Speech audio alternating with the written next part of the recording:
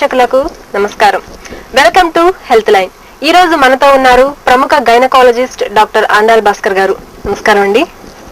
వీరు గత 25 సంవత్సరాలుగా సంతానం లేని వారికి అలాగే కాన్పు గర్భకోశ వ్యాధిగ్రస్తులకు తమ సేవలను అందిస్తున్నారు. ఈ రోజు వీరిని గర్భస్రావానికి గల కారణాలు, వాటి పరిష్కార మార్గాల గురించి అడిగి తెలుసుకుందాం. మరి మీకు ఎటువంటి సందేహాలు ఉన్నా మా లైవ్ కి కాల్ చేసి డాక్టర్ గారిని లైవ్ లో సమాధానాలను అడిగి తెలుసుకోవచ్చు.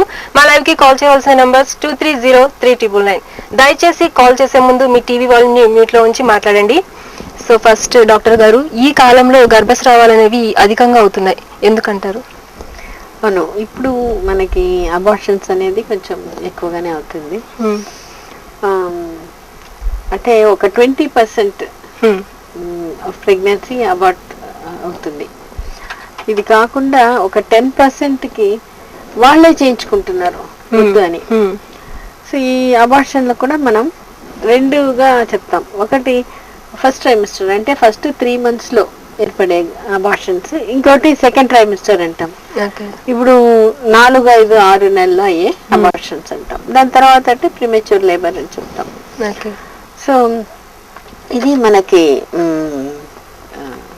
అబార్షన్స్కి. సో దీంట్లో ఫస్ట్ ట్రైమిస్టర్కి ఫస్ట్ 3 నెలల్లో వచ్చే అబార్షన్స్కి కారణాలు ఏంటి అనేది చూస్తాము.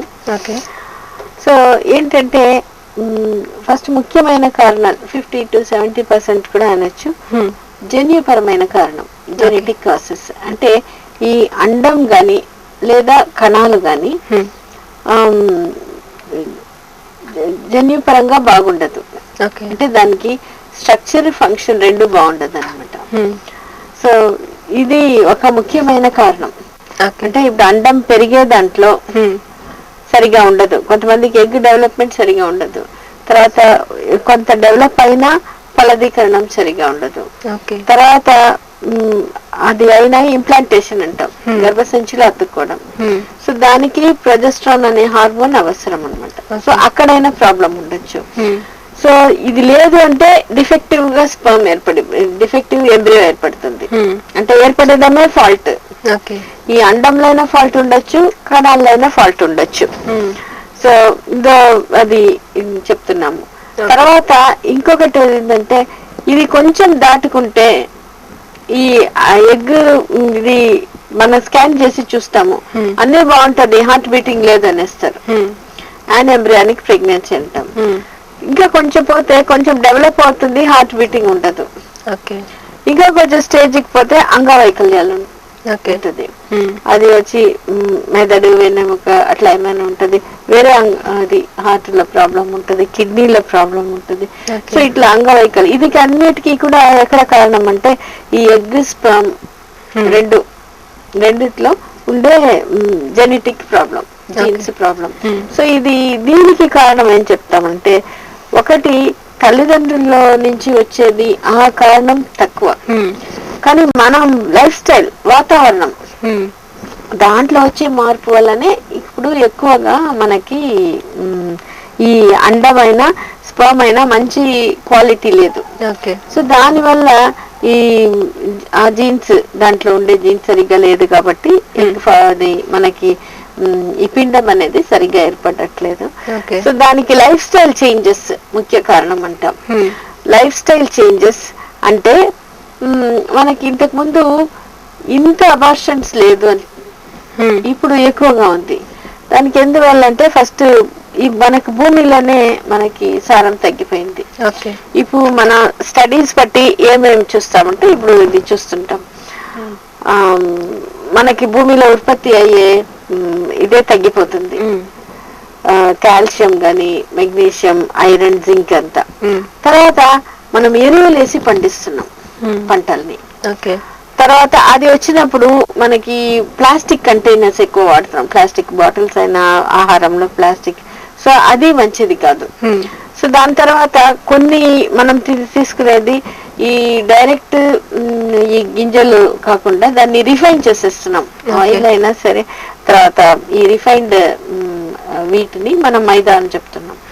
సో ఈ రిఫైన్డ్ ఫుడ్స్ వల్ల ఏమవుతుందంటే దానికి ఉండే న్యాచురల్ పోషక విలువలు తగ్గిపోతున్నాయి. కానీ బాడీలో పోయినప్పుడు అది వేరే టాక్సిన్స్ గా తయారవుతుంది, అది మళ్ళీ చెప్తాం. సో ఎక్కువ ఫ్రై చేస్తున్నాం, డీప్ ఫ్రై చేస్తున్నాం. సో ఇవి అన్ని మనం ఆహారంలో వచ్చే మార్పు. దాంతో పాటు మనం ఎక్సర్సైజ్ అది తగ్గిపోతుంది. సో దీని వల్ల ఏమవుతుందంటే ఈ విష పదార్థాలు వస్తుంది అంటున్నాం కదా, ఈ విష పదార్థాలు 2 రకాలుగా వస్తుంటుంది. ఒకటి ఏంటంటే ఇటువంటిది తినేయడం వల్ల మనకి బాడీలో ఫ్రీ రాడికల్స్ అనేది ఏర్పడుతుంది. ఈ ఫ్రీ రాడికల్స్ అంటే ఈ సెల్ లెవెల్లో, కణాల లెవెల్లో పోయి అదేం చేస్తుంది, సెల్ మెంబ్రేన్ ని లోపల ఉండే ఈ జీన్స్ ని డ్యామేజ్ చేస్తుంది, డిఎన్ఏని డ్యామేజ్ చేస్తుంది. అందువల్ల మనకి ఈ ఎగ్ స్పర్మ్ మంచి క్వాలిటీ లేదు. సో ఇది ఒక ఆస్పెక్ట్ మనం తీసుకునే డయట్ వల్ల.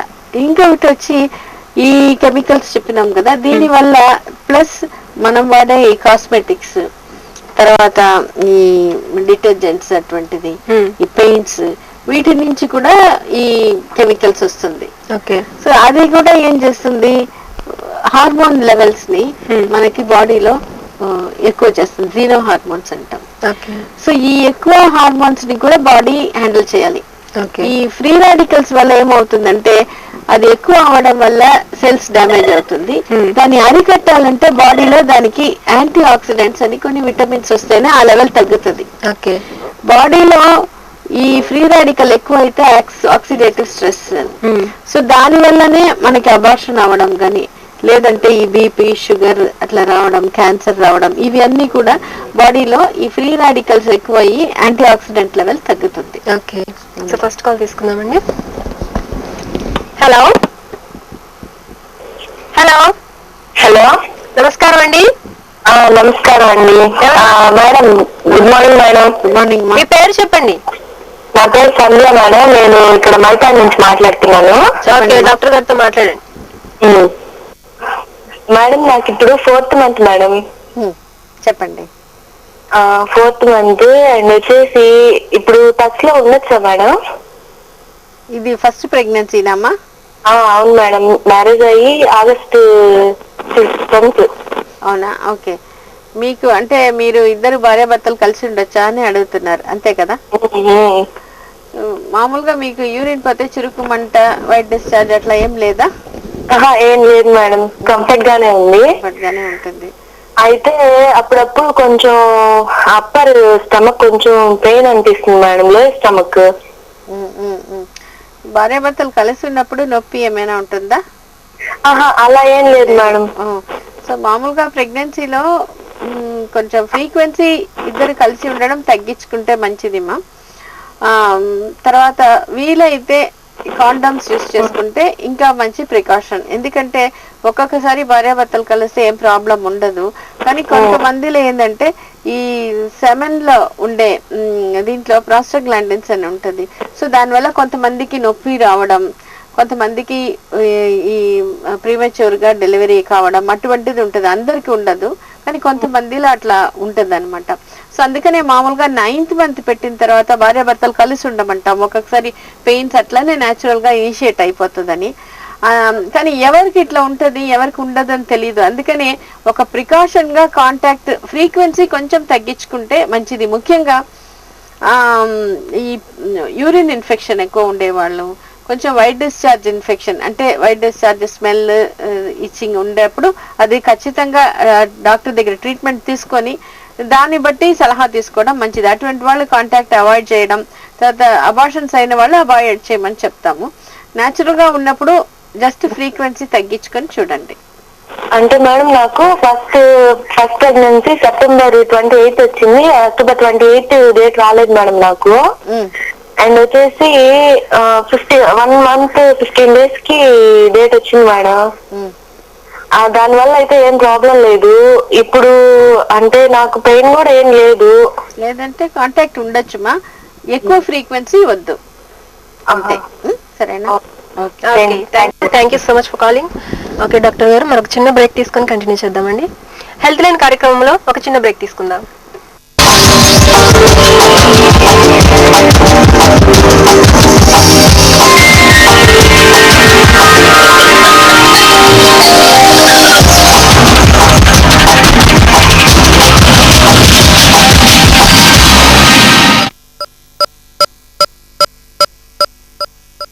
25 సంవత్సరాలుగా వైద్య రంగంలో కాన్పులు, గర్భకోశ వ్యాధులు, సంతాన సాఫల్య చికిత్సలు, లాప్రోస్కోపీ ద్వారా వైద్య సేవలు అందిస్తున్న డాక్టర్ ఆండాల్ భాస్కర్ గారి ఆధ్వర్యంలో doctor Andal Lakshmi fertility research and laparoscopy surgical centre, Pogathota, Nellore. సంతానం లేమితో బాధపడుతున్న వారికి అధునాతనమైన లాప్రోస్కోపీ, IUI విధానంతో పాటు సహజమైన యోగా, మెడిటేషన్, కౌన్సిలింగ్ విధానం వల్ల అనేక మందికి మాతృత్వం అందిస్తున్నాము.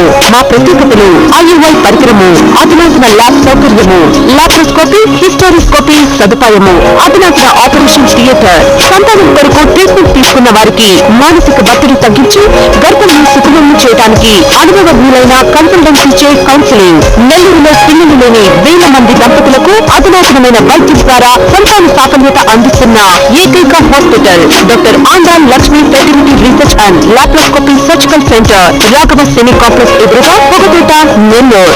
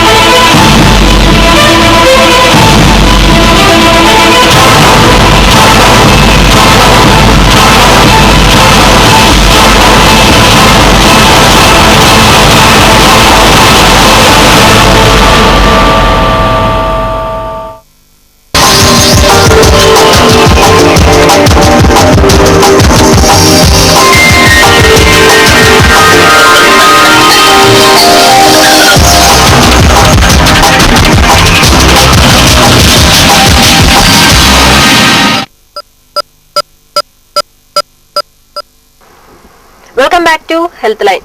సో మనం ఫస్ట్ కాల్ తీసుకుందామండి. హలో హలో హలో హలో నమస్కారం అండి. నమస్తే మేడం. ఎవరు మాట్లాడుతున్నారు? నా పేరు సుమయ్య అండి. సుమయ్య గారు ఎక్కడి నుంచి కాల్ చేస్తున్నారండి? మేము ఇప్పుడు నెల్లూరు నుంచి, బ్యాంక్ కాలనీ నుంచి. ఓకే, డాక్టర్ గారు ఉన్నారు, మాట్లాడండి. Okay madam. చెప్పండి మా. నమస్తే మేడం. నమస్తే అమ్మా. నాకు ఫస్ట్ బాబు పుట్టి చనిపోయాడు మేడం. నెక్స్ట్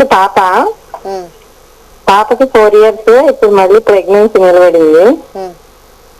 అంటే 2 times కూడా సిజేరియన్ మేడం. ఏమైనా జాగ్రత్తలు తీసుకోవాలా మేడం?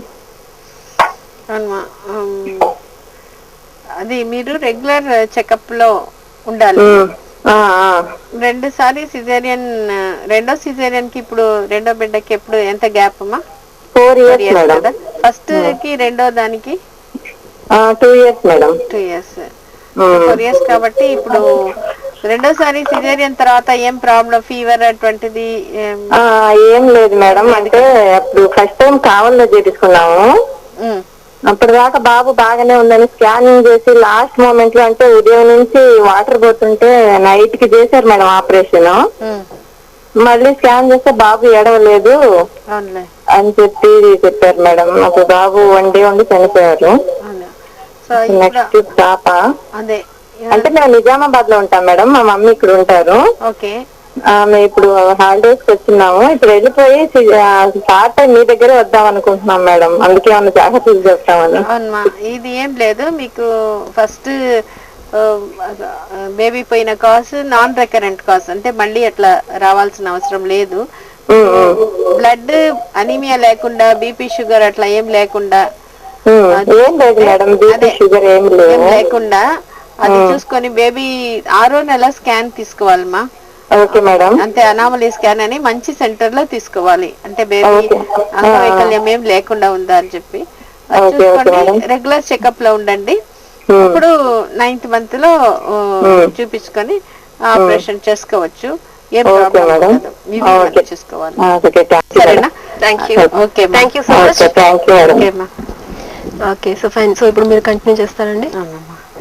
సో ఇప్పుడు మనం ఏం చూస్తున్నామంటే కాల్ తీసుకుంటాం. ఓకే